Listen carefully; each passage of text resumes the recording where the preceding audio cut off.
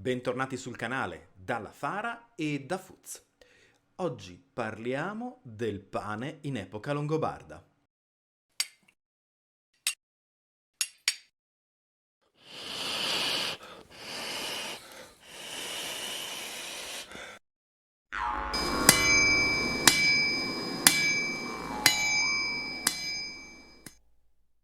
Come sempre, un bentornati a chi è già iscritto al canale, un ben arrivato a chi è nuovo. Vi ricordo che se volete supportare l'operato della Fara potete diventare abbonati di questo canale oppure diventare nostri Patreon. Trovate tutto in descrizione e ci sono come sempre ovviamente i super grazie.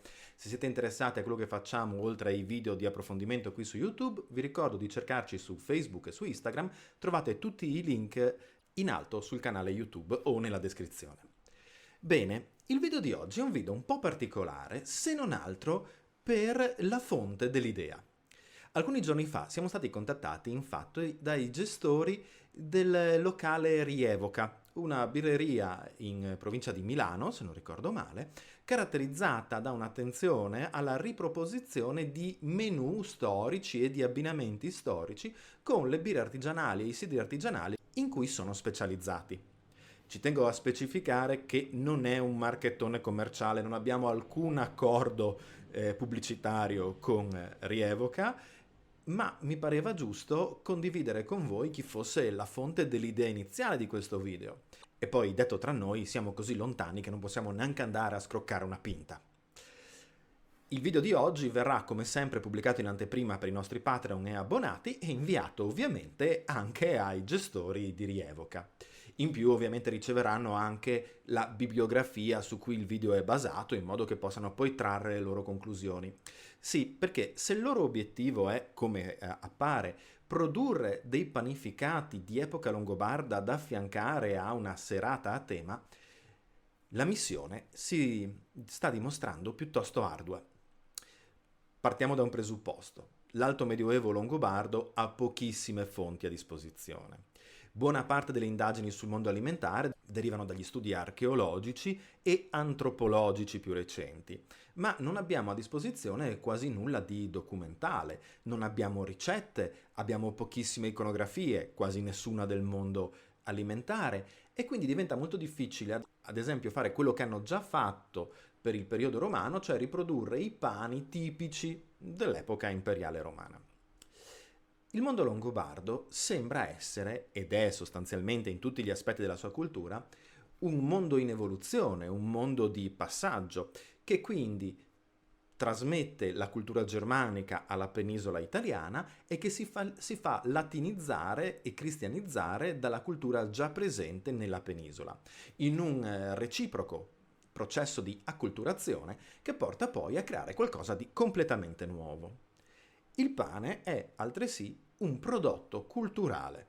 Lo è perché appartiene alle civiltà agricole, lo è perché appartiene alla visione mediterranea dell'alimentazione e lo è perché è qualcosa, non dico di estraneo, ma di non centrale nella simbologia alimentare del mondo germanico tradizionale, più incentrato sulla consumazione di carne o di proteine o eventualmente di farinacei, ma non per forza definiti e declinati nella panificazione. Vi faccio un esempio per farvi capire quanto lontani siano i Longobardi e come i Longobardi descrivono loro stessi dal concetto di pane come principale alimento dell'alimentazione, come colonna della tavola. Se prendiamo l'Historia Langobardorum di Paolo Diacono, la famosa storia dei Longobardi scritta nell'VIII secolo da un Longobardo di Cividale, un diacono, quindi un religioso, troviamo il pane citato 2 volte. E in entrambi i casi siamo di fronte a riferimenti a una cultura di matrice strettamente cristiana e non longobarda, esplicitamente non longobarda. I 2 esempi sono entrambi legati a figure ecclesiastiche, infatti.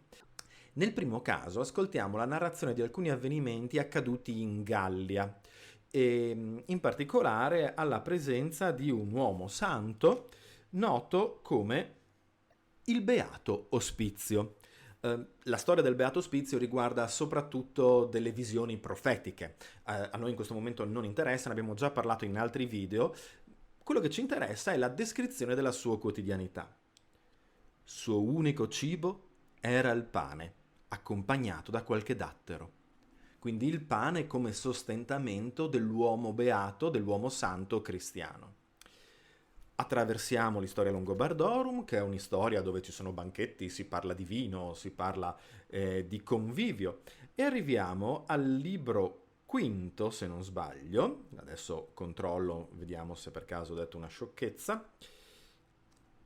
Esatto, infatti era il libro sesto, perdonatemi, ogni tanto anch'io faccio confusione. E nel libro sesto ci troviamo di fronte a un episodio che abbiamo già raccontato di recente, quello cioè relativo alla cattività, all'imprigionamento del patriarca Callisto ad opera del duca di Cividale Pemmone. Pemmone voleva aumentare il potere e l'indipendenza della città ducale cividalese, assorbendo un vescovo locale, il vescovo di Zuglio, in Carnia. Questo ha causato del malcontento al patriarca di Aquileia, che risiedeva a Cormons, uno dei castra citati da Paolo Diacono in relazione alle difese longobarde del Friuli. Il patriarca fa intervenire il re e la situazione si ribalta a suo favore, trasferisce la sua residenza a Cividale e il vescovo di Zuglio viene allontanato. Il duca Pemmone, tra l'altro, si trova poi in disgrazia e qui entra l'operato del figlio Ratchis, che dedicherà proprio alla memoria del padre e alla sua redenzione l'omonimo altare di Ratchis. Nella prima fase, però, di questa storia, quella in cui il duca Pemmone pone in cattività il patriarca Callisto, così leggiamo. Lo tenne però in carcere, nutrendolo col pane della tribolazione. Siamo chiaramente di fronte a una metafora, ma di nuovo torna il pane, di nuovo torna citato rispetto a un uomo santo, un patriarca ingiustamente incarcerato, per quanto qui in realtà si sia di fronte a macchinazioni politiche molto elevate, ma chiaramente nell'ottica poi dei vincitori, ma anche dell'autore ecclesiastico, il povero patriarca Callisto era chiaramente la vittima. In ogni caso, ecco che di nuovo subentra l'immagine del pane. E sono gli unici due riferimenti al pane nell'Historia Longobardorum. Potrei averne perso qualcuno magari, ma ho ricercato sia rileggendola, sia con i potenti mezzi delle ricerche nei PDF, e non ho trovato altri riferimenti. E sono entrambi collegati a un concetto di persona ecclesiastica, a sottolineare come l'importanza del pane sia anche un'importanza della simbologia cristiana.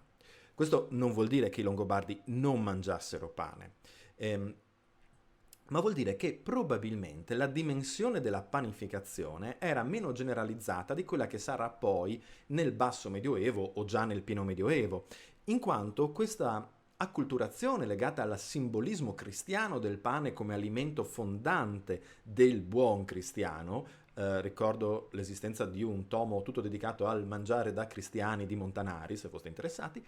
Ecco che quindi in questa fase questo processo non è ancora concluso, è in divenire e la produzione, così come l'insediamento abitativo nel territorio della Langobardia Maior, doveva essere policentrico e caratterizzato da piccole realtà. Mi spiego. In alcuni video passati, ancora ai tempi del Covid e poi successivi all'interno del villaggio sperimentale della Fara, noi abbiamo ricostruito un piccolo forno anche per la panificazione. Ci abbiamo cotto delle focaccine fatte con la farina di farro. Ecco, questo tipo di forno, un forno familiare oppure un forno di nucleo abitativo, doveva essere la norma. Di conseguenza è quasi impossibile trovare nelle leggi, nelle narrazioni, dei riferimenti specifici alla panificazione vera e propria, perché probabilmente non esisteva uno standard e non aveva un'importanza culturale tanto elevata da finire per essere utilizzata come simbolo, se non nei contesti ecclesiastici. Se prendiamo infatti le leggi dei Longobardi, i principali riferimenti che troviamo non sono tanto sul pane, quanto sui mulini. Siamo nell'editto di Rotary e ci viene detto dell'incendio del mulino. Se qualcuno incendia un mulino altrui dolosamente, cioè deliberatamente, lo risarcisca al triplo, secondo la stima del bene, comprese tutte le cose che vi sono andate a fuoco all'interno. O ancora, della distruzione di un mulino. Se qualcuno distrugge un mulino altrui e rompe una chiusa senza autorizzazione del giudice, paghi composizione di 12 solidi a colui che risulta proprietario del mulino. Se ci si appella al giudice e il giudice ritarda nel deliberare su quella causa o concede alla parte avversa il permesso di demolire il mulino, il giudice paghi una composizione di 20 solidi al palazzo del re. Se qualcuno costruisce un mulino sulla terra di un altro e non è in grado di provare che è suo, perda il mulino e tutto il suo lavoro, e lo abbia colui che risulta proprietario della terra o della riva sulla quale è stato costruito, perché tutti devono sapere che non è loro ciò che appartiene ad altri.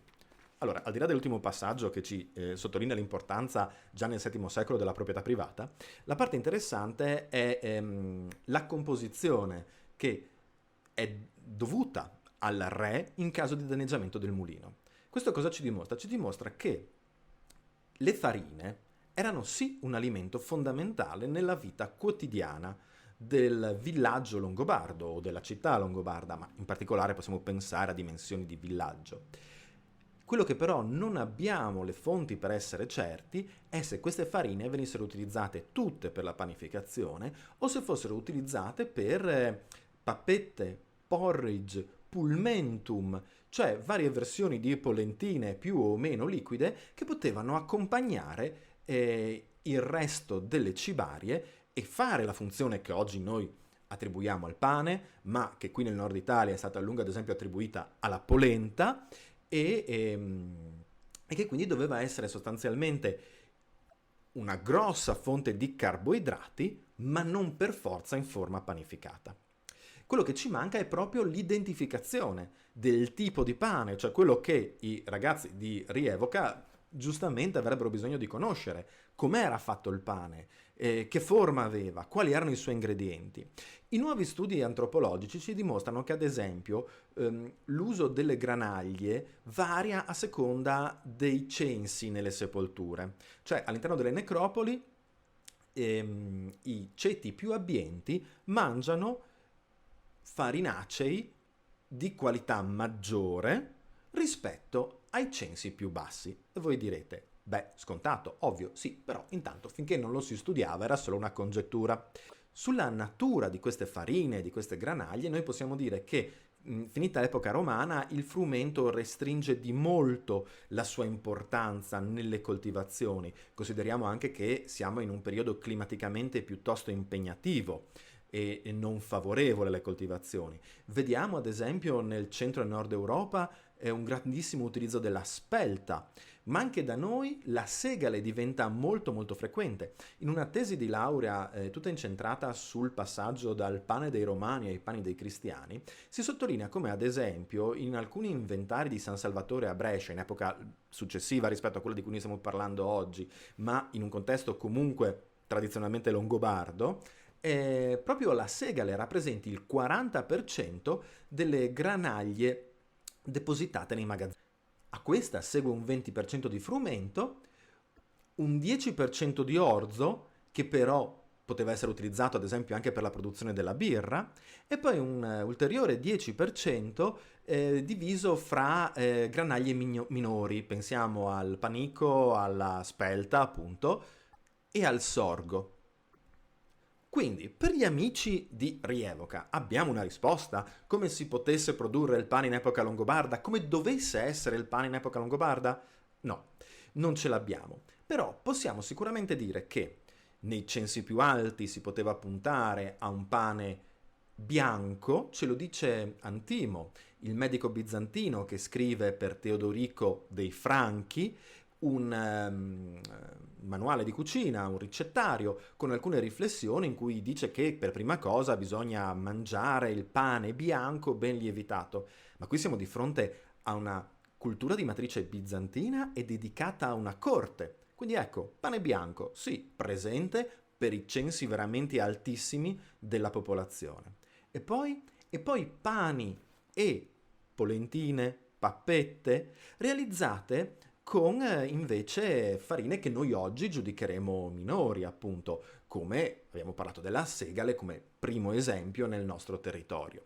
vi cito uno studio di cui abbiamo già parlato in passato, ma che trovo che in questo contesto sia molto esemplificativo del fatto che noi non sappiamo esattamente come venissero consumate queste farine, ma che le indagini antropologiche ci mostrano le conseguenze della loro consumazione. Vi ho già citato in passato San Pietro al Natisone, piccolo centro molto carino all'imbocco delle valli del Natisone, zona tradizionalmente slavofona del Friuli, la cosiddetta Venecia, e in friulano noto ad esempio come in passato San Pieri dai Sclavons.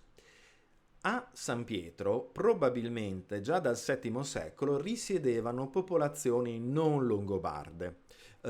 In alcuni studi si dice slave, in altri si dice autoctone. Il VII secolo è un periodo in cui in effetti gli slavi alpini si affacciano su quella zona. Non siamo sicuri per la questione di San Pietro dell'identificazione di queste popolazioni, ma sicuramente dal punto di vista dei corredi e della dieta e della quotidianità non sono longobardi. Distano pochissimi chilometri, credo 5 forse, eppure la loro dieta è completamente differente rispetto a quella dei longobardi cividalesi. Nei longobardi cividalesi abbiamo una preminenza di proteine, anche se ovviamente c'è il consumo di carboidrati, mentre nella dieta degli autoctoni di San Pietro troviamo un utilizzo molto forte di farine, macinate in maniera grezza a mano a pietra. Questo comporta negli scheletri studiati dagli antropologi la registrazione della consunzione dei denti che vengono consumati dalla presenza di microparticelle di pietra nella farina macinata in maniera grossolana e la presenza di numerose carie conseguenti al fatto che, prive dello smalto perché abrase dalla pietra, i denti vengono colpiti dalle carie conseguenti all'alto consumo proprio di carboidrati e degli zuccheri da essi derivanti.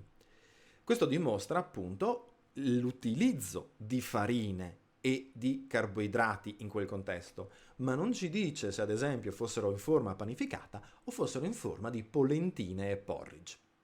Quindi, cari amici di Rievoca e cari amici della Fara qui sul canale, non siamo ancora in grado di dire come dovesse essere il pane dei Longobardi, ma potremmo sicuramente ipotizzare, in un banchetto didattico, la presenza di un buon pane bianco per i ricchissimi, di alcuni pani più scuri di segale e poi della presenza di pappette e polentine con la segale stessa o con altre farine, sempre che noi oggi giudicheremo povere.